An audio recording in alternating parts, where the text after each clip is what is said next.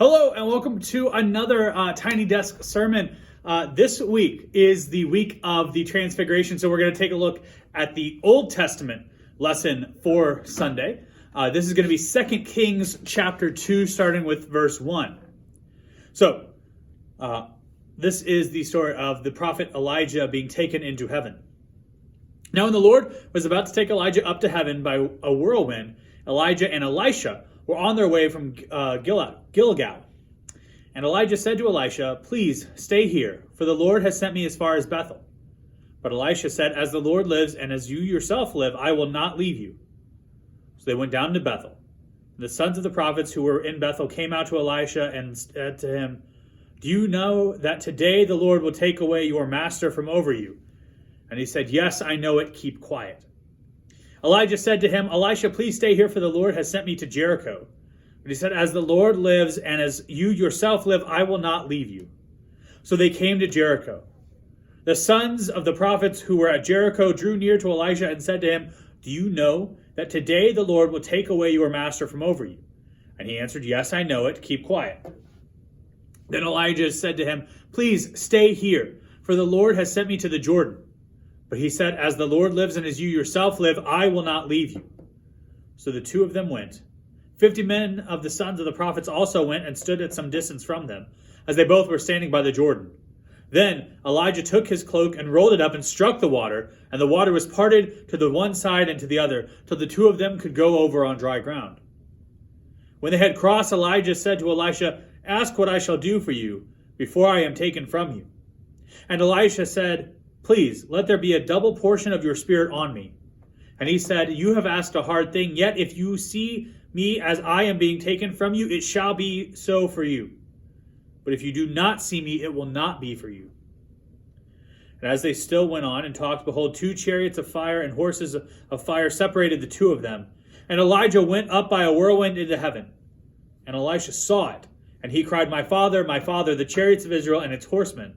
And he saw no more. And he took hold of his own clothes and tore them in 2 pieces. This is the word of the Lord. So, as I mentioned, this is the Sunday of Transfiguration this upcoming week. So, one of the things that we can often ask is well, who is this Elijah? We know Moses very well, but Elijah maybe not so much. So what did Elijah do that made him such a great prophet of God? Well, he was tasked, like most of the prophets, with preaching against kings and rulers of Israel. He actually was preaching against King Ahab, which if you're a fan of classic literature, the name Ahab may ring a bell. The name of the captain in Moby Dick, a greedy captain who got his name from a greedy king in our scriptures. But Elijah, some of his prophetic acts, not only did he proclaim the word of God to people, but he healed, he miraculously fed, he raised from the dead, and was ascended into heaven. Sound familiar? He was a type of Christ. So when we say the word type of Christ, we mean someone who is a prototype, someone who points us to Christ, who bears the image that is to be.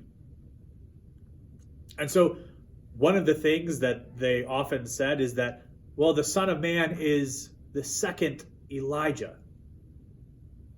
Christ fulfills a lot of those same things that Elijah did. He fed, he healed, he raised the dead. He himself was taken up by his Father. He was the second Elijah, just as he was the second Moses. He had come to complete the work that had been laid out, the work that he had been given from his birth by his Father. So as we enter into Transfiguration, when we hear the story of the Transfiguration again and anew this week, hopefully we've got a better appreciation for who it is that Elijah is and why those comparisons were being made. Thanks for joining me for another Tiny Desk sermon. Thank you to Mrs. Sullivan for letting me use her classroom. Thanks, Cole, borrowing your desk this week. I hope everyone has a wonderful, wonderful week. God's blessings. We'll see you on Sunday.